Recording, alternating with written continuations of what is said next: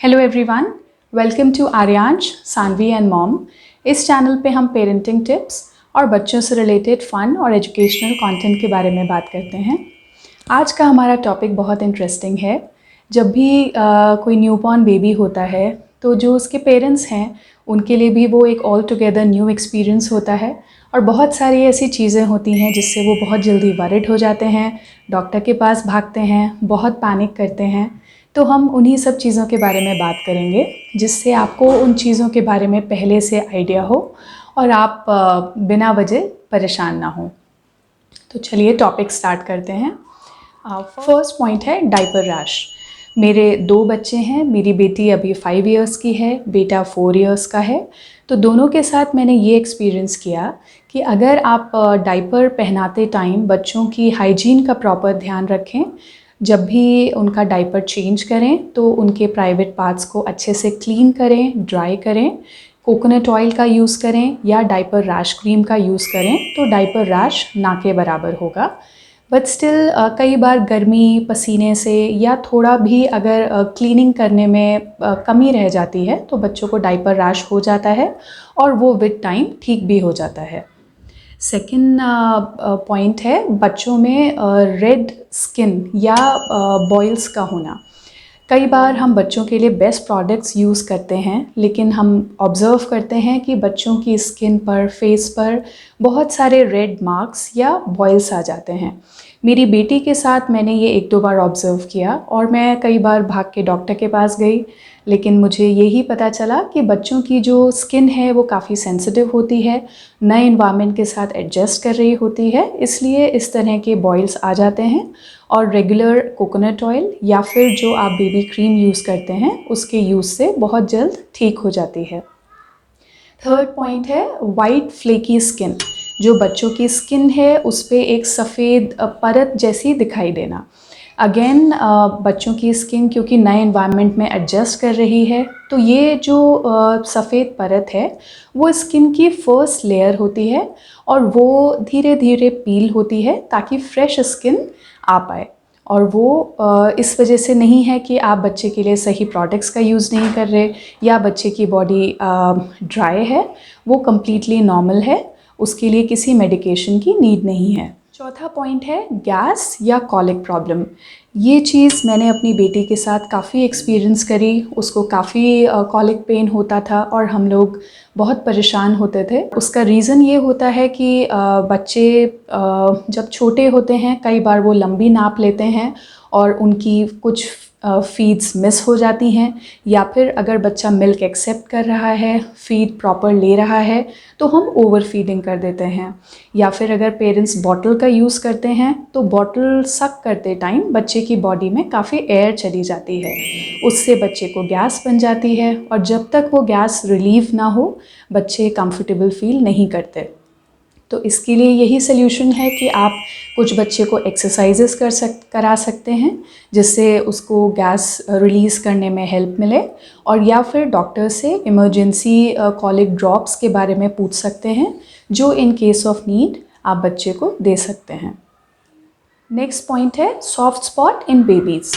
जब बच्चे बॉर्न होते हैं तो उनके हेड पे एक पॉइंट होता है जहाँ पर स्किन और बोन थोड़ी सी सॉफ्ट होती है। हम उसके लिए काफ़ी वरिड हो जाते हैं कि यहाँ पर कुछ गैप है या फिर यहाँ की स्किन में कुछ प्रॉब्लम है, जबकि वो विद टाइम अपने आप हील हो जाता है, जो गैप है वो फिल हो जाता है। कई बार कहा जाता है कि उसमें आप कोकोनट ऑयल या मस्टर्ड ऑयल का यूज़ करें, वो आप कम्प्लीटली फॉलो कर सकते हैं, लेकिन वो विद टाइम अपने आप ही ठीक हो जाता है। नेक्स्ट पॉइंट है स्नीजिंग, छींकें आना। जो छोटे बच्चे होते हैं उन्हें कई बार बहुत छींकें आती हैं, तो ये ना सोचें कि उनको कोल्ड हो गया है या उनकी तबीयत ख़राब है। उसका रीज़न ये होता है कि बच्चे काफ़ी डेलिकेट होते हैं। अगर थोड़ा सा भी टेम्परेचर में फ्लक्चुएशन होता है, अगर आप उनको एक रूम से दूसरे रूम में ले जा रहे हैं या फिर उनको रूम से आप बालकनी में लेकर जा रहे हैं तो उससे भी उनको छींकें आ सकती हैं, या अगर एनवायरनमेंट में कुछ पोल्यूशन है, कहीं वो बाहर हैं या उनकी नोज़ में कुछ म्यूकस या कुछ डस्ट स्टक है तो उस वजह से भी बच्चों को छींक आ सकती है।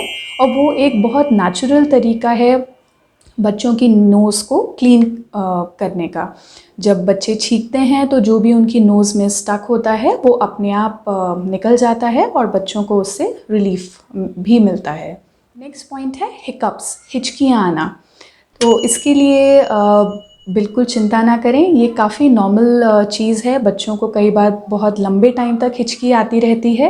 उसका रीज़न ये होता है कि बच्चों का जो डाइजेस्टिव सिस्टम है वो अभी जो बच्चे का न्यू फीड है, जो मिल्क है, उसके साथ में एडजस्ट कर रहा है और उसी के रिस्पॉन्स में बच्चे को हिचकियाँ आती हैं।